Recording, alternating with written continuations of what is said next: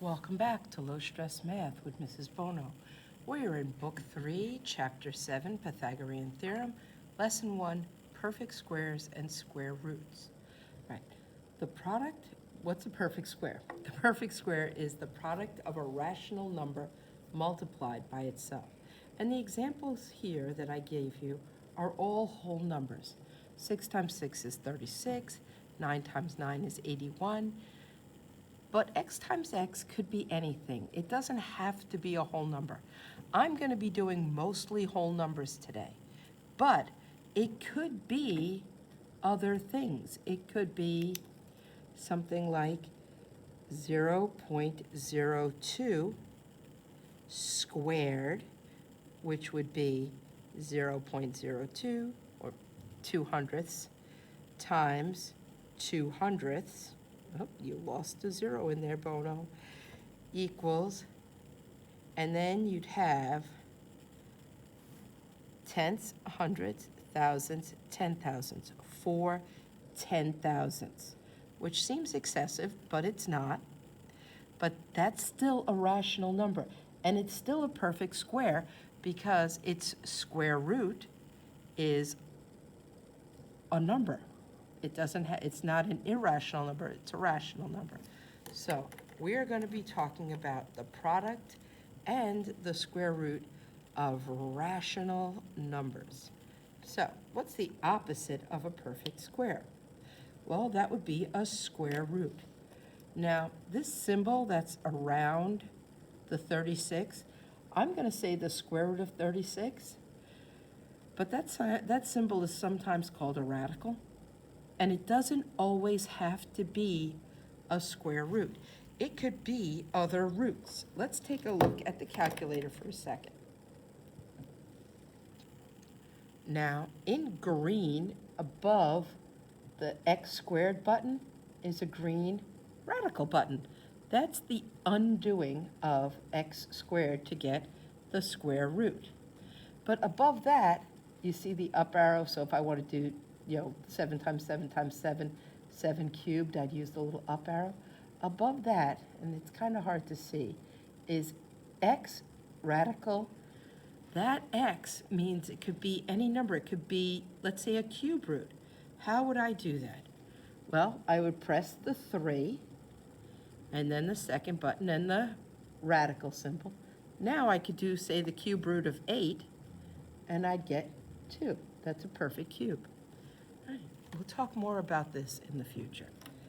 So the opposite of a perfect square is a square root. So the square root of 36 is 6. The square root of 81 is 9. The square root, this is going too far. The square root of x squared is x. This is something that we're going to be seeing a lot of. You're going to see a variable that's squared and then square rooted.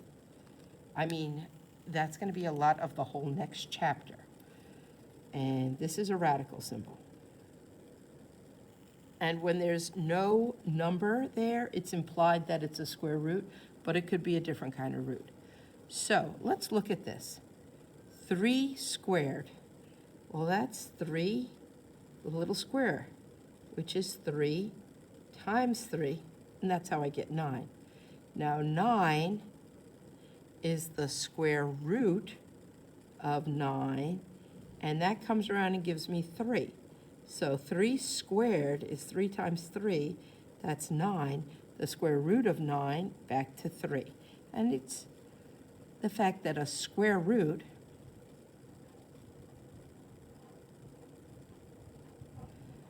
reverses or undoes a square.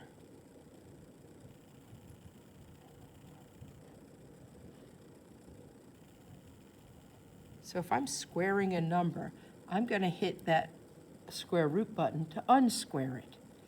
All right, let's look at some perfect squares that we know. We know a lot of perfect squares. There's all these. So these are the x's, and this is x squared. So if 1 is the x, that means it's 1 squared And a square means a number times itself, so 1 times 1, which is 1. 2 squared, 2 to the second power, is 2 times 2, 4. 3 squared, 3 times 3, 9. 4 squared, 4 times 4, 16. Now, I'm not going to keep writing this. I'm just going to say 5 squared is 25, 6 squared is 36, 7 squared is 49, 8 squared is 64, 9 squared is 81, and 10 squared is 100. I know you're thinking, Bono is brilliant. No, I'm not. I just have done it so many times that I've memorized it. Now, if we put a 1 and then a negative in front of the 1, in order to square that, I would have to do -1 squared. The -1 goes in parentheses. So I'm just actually going to put this down here. Negative numbers need parentheses.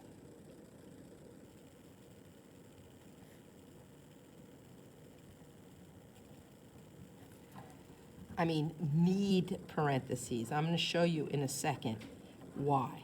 So -1 squared, let's use a calculator, just so I can show you. Here we go.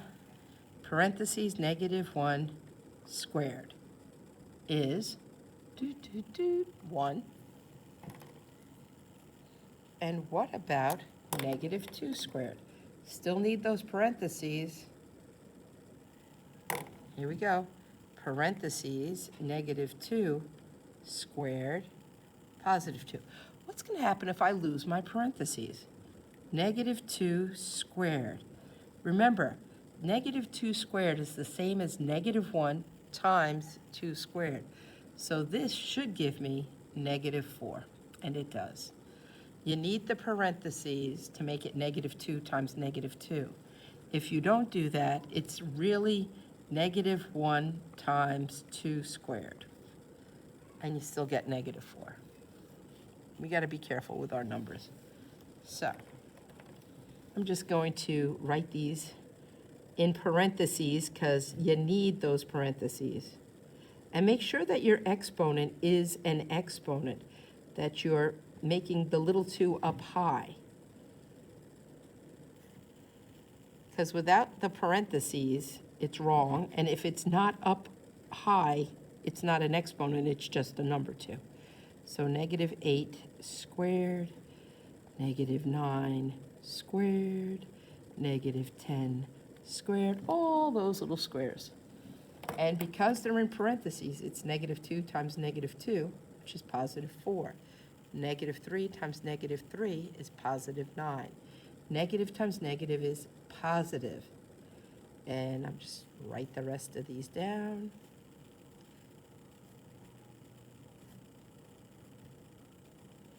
All right. Down here, remember that square root is undoing my square. So these are just numbers, and it's the square root of n. So I need some square root signs. I'll put my square root signs here.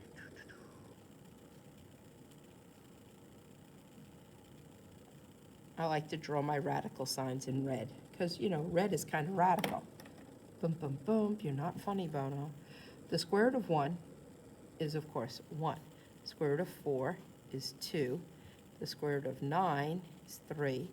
The square root of 16 is 4. The square root of 25 is 5. The square root of 36 is 6. 49 is 7. 64 is 8. 81 is 9, and the square root of 100 is 10. So that square root just undid all my squares. So these were my squares, and these are my square roots. Now I have negative square root. So I'm going to draw negative square root signs. The negative is outside the square root. Negative is outside the radical. So that means that it's going to be a negative answer. I'll show you on the calculator in a second what I'm actually talking about. Because sometimes when I say things, they don't make sense. I know. You're used to me. So let's do negative square root of 1. So the negative goes in first, then second square root, and 1. And now I get negative 1 as an answer. Negative second square root 4, negative 2. If the negative is in front of the radical sign and the negative is in front of the square root sign, then the answer is negative. So, negative square root of 1, negative 1. Negative square root of 4, negative 4.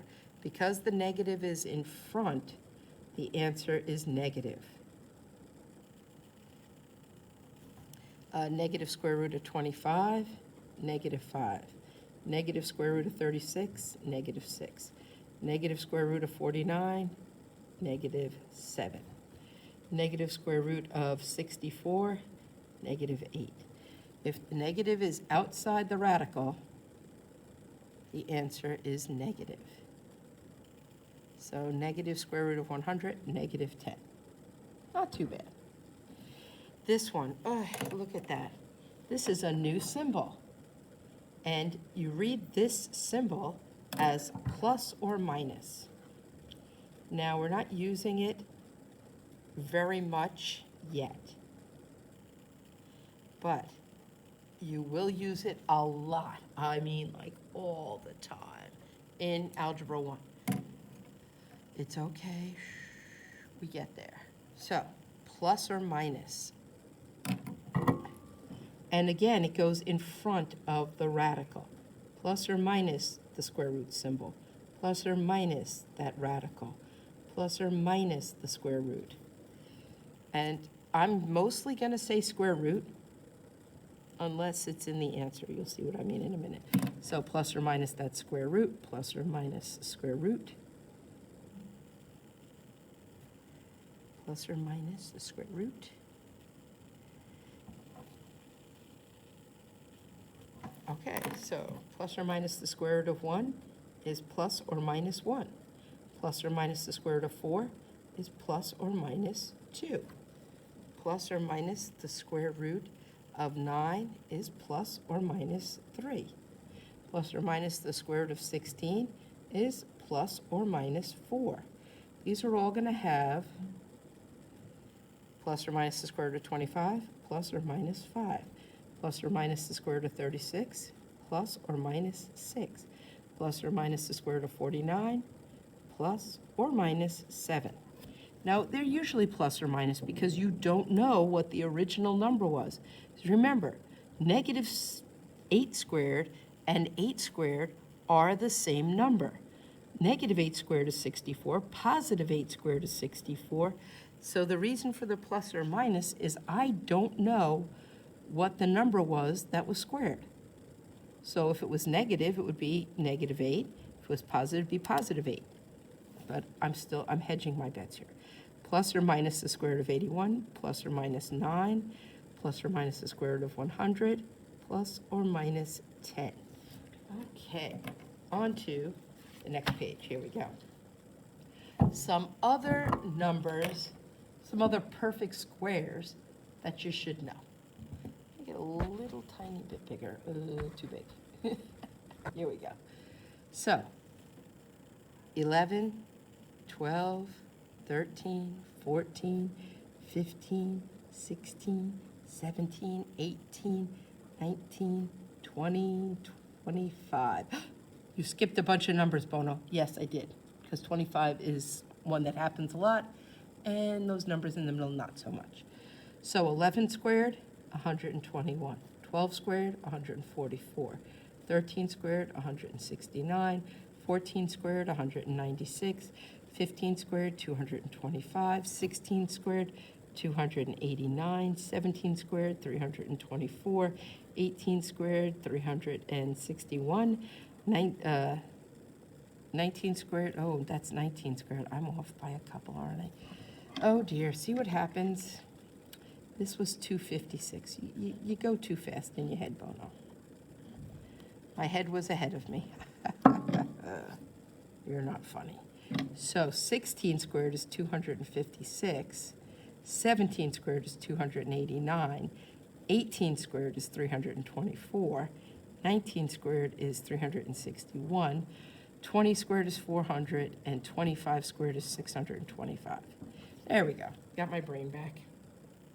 Now, stop the video, pause, and try the next few problems. I think you can do them. Yes? Okay. So, 64. What's the square root of 64? Well, if you look on the page before, it's 8. Why? Because 8 times 8 is 64. If you wrote this, that's actually a better answer, because I don't know what the original number that multiplied was. Now this one, they're telling me it's definitely -6. Square root of 0? 0. For this one, I have to square root both sides. I have to do the square root of x squared, and I have to do the square root of 25 hundredths. The square root of x squared is x. The square root of 25 hundredths is 5/10. This one has the plus or minus sign, so plus or minus. And then I know the square root of 9 is 3, and there's 4 zeros, 3 zeros, well, whatever. 0.09. Yes? No, 0.03. Look at my poor little brain, barely able to function. Negative in the front. The square root of 81. Well, you know, I should tell you this. You could do it in pieces. The square root of 81 over the square root of 100, which would be negative square root of 81 is 9, square root of 100 is 10. And I would get square root of 81 over 100 is 9/10. Listen, do it on a calculator. It's okay. We're going to have calculators the whole time because we are very, very lucky that way. Square root of 49 hundredths is 7/10. The square root of 4 is 2. This one, we're back, square rooting both sides. The square root of y squared and the square root of 1. Square root of y squared is y. Square root of 1 is 1. And the square root of, the negative square root of 144 is -12.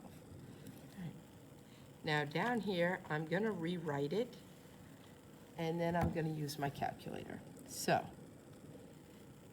x squared equals 10. I have to square root both sides, the square root of x squared and the square root of 10, because it says solve the following equation. That means you have to use both sides. The square root of x squared is x, and I don't know the square root of 10. So give me a moment, and here we go. Second, x squared, 10, and look what happened. Nothing changed. The square root of 10 is radical 10. That's kind of a big, big, big hint that this is not a perfect square.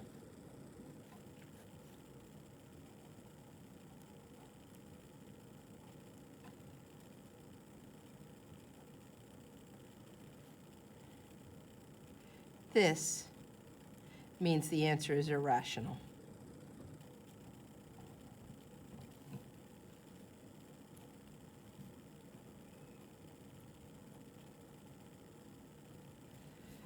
Remember irrational.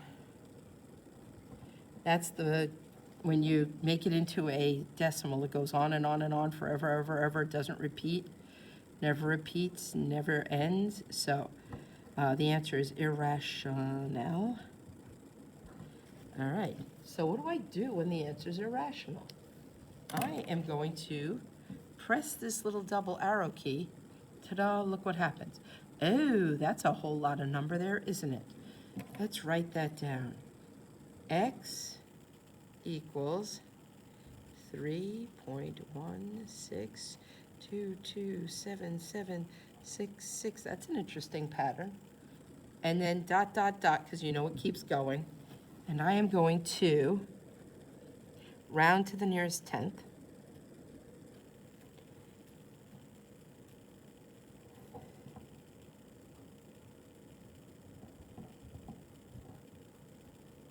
Round to the nearest tenth. So what's the tenth?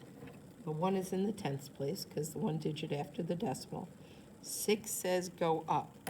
So x is approximately 3 2/10. This means approximately, close to, almost. So approximately. Oh my goodness, I spelled approximately wrong. Dyslexia all over the place.